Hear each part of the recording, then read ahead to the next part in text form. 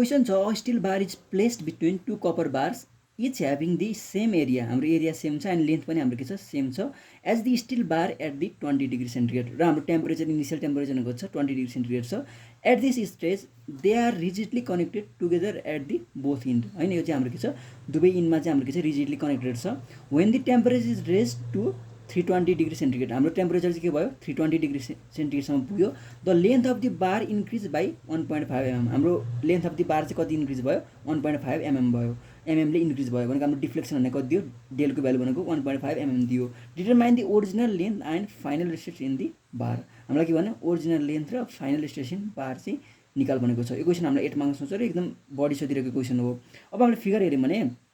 हाम्रो के छ भन्दाखेरि हाम्रो दुईवटा कपर रड छ र हाम्रो के छ बिस्टिलमा स्टिलको रड छ बिचमा हाम्रो स्टिलको रड छ हाम्रो यो दुवैतिर के छ भने रिजिडली कनेक्टेड छ र यसको लागि हाम्रो ओरिजिनल जुन टेम्परेचर छ इनिसियल त्यो चाहिँ हाम्रो के छ 20 डिग्री सेन्टिग्रेड छ र इन्क्रिज भएर कति पुगेको छ त भन्दाखेरि हाम्रो 320 डिग्री चाहिँ पुगिरहेको छ होइन सो हाम्रो T1 भनेको हाम्रो कति भयो T1 भनेको हाम्रो 20 डिग्री भयो र T2 भनेको हाम्रो कति भयो 320 डिग्री सेन्टिग्रेड भयो होइन अब हाम्रो यो दुवैको लेन्थ भनेको हाम्रो कति छ लेन्थ पनि सेम छ यसको एरिया पनि सेम छ होइन सो हाम्रो यसको ओरिजिनल डिफ्लेक्सन भनेको कति भन्दाखेरि 1.5 mm हो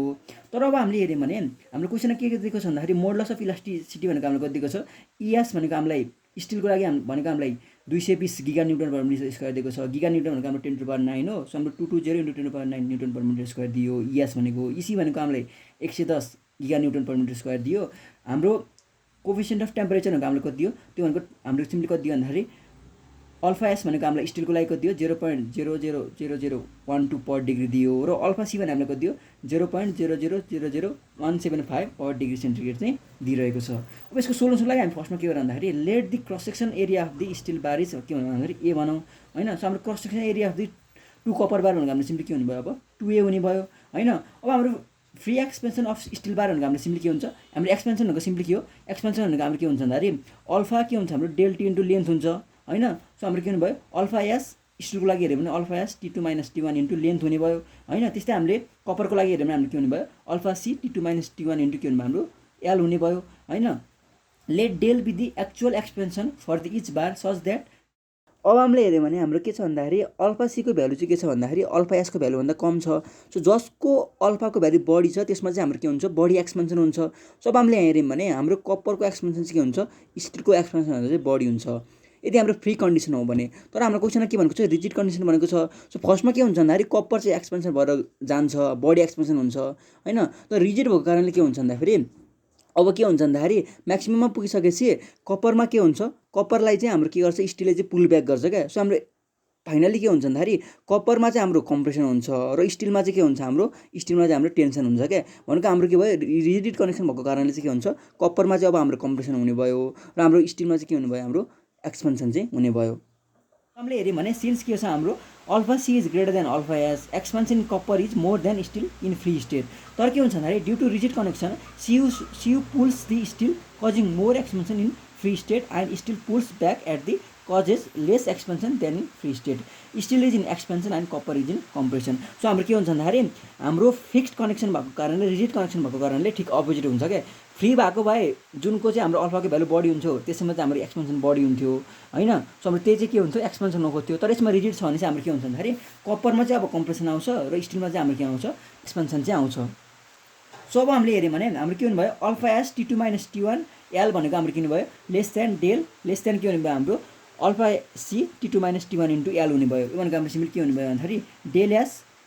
lace than del less than के हुने भयो हाम्रो डेल सी चाहिँ हुने भयो के भन्दाखेरि let sigma S and sigma C be the stress in steel and copper respectively so हाम्रो के हुन्छ भन्दाखेरि हाम्रो टोटल स्ट्रेस हेऱ्यौँ भने सो हामीले टोटल स्ट्रेन हेऱ्यौँ भने टोटल स्ट्रेन भनेको हाम्रो सिम्पली के हुन्छ ES प्लस EC भनेको हाम्रो सिम्पली के हुन्छ भन्दाखेरि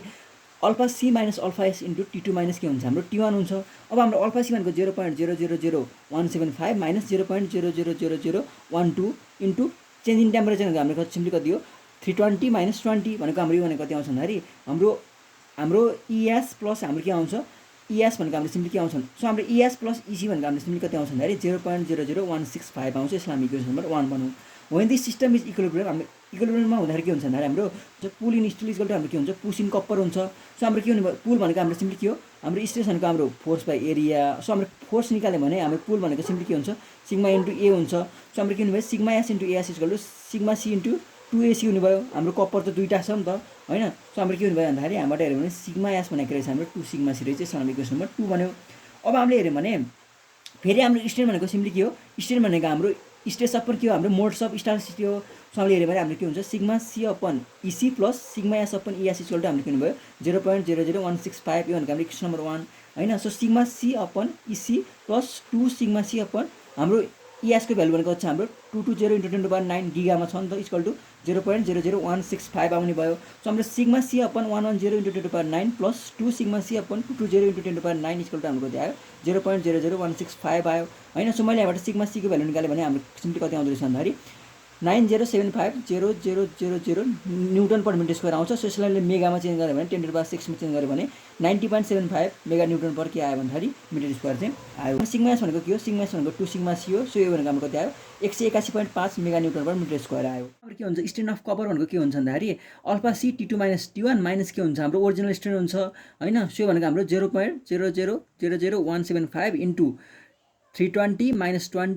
के हुने हाम्रो ओरिजिनल स्ट्रेन हुने भयो अब हाम्रो एप्सिलन सी को ठाउँमा के हुने भयो sigma C upon EC equal to 0.0000175 320 - 20 minus के हुने भयो हाम्रो ओरिजिनल स्ट्रेन हुने भयो सो मैले अब सिग्मा सी को भ्यालु भनेको छ हाम्रो 90.75 × 10⁻6 छ र इसी को भ्यालु भनेको 110 × 10⁹ छ हैन सो हामीले यहाँबाट सल्भ गर्यो भने हाम्रो केसको भ्यालु आउने भयो यहाँबाट सल्भ गर्दा फेरि हाम्रो स्ट्रेनको भ्यालु आउने भयो सो हाम्रो ओरिजिनल स्ट्रेनको भ्यालु भनेको दिए भन्दाखेरि 0.00425 आयो अब फेरि हामीलाई थाहा छ हाम्रो डेल भनेको के हुन्छ डेल भनेको हाम्रो स्ट्रेन ओरिजिनल स्ट्रेन इन्टु हाम्रो के हुन्छ लेन्थ हुन्छ अब हाम्रो डेल भनेको क्वेसनमा 1.5 × 10⁻³ दिएको छ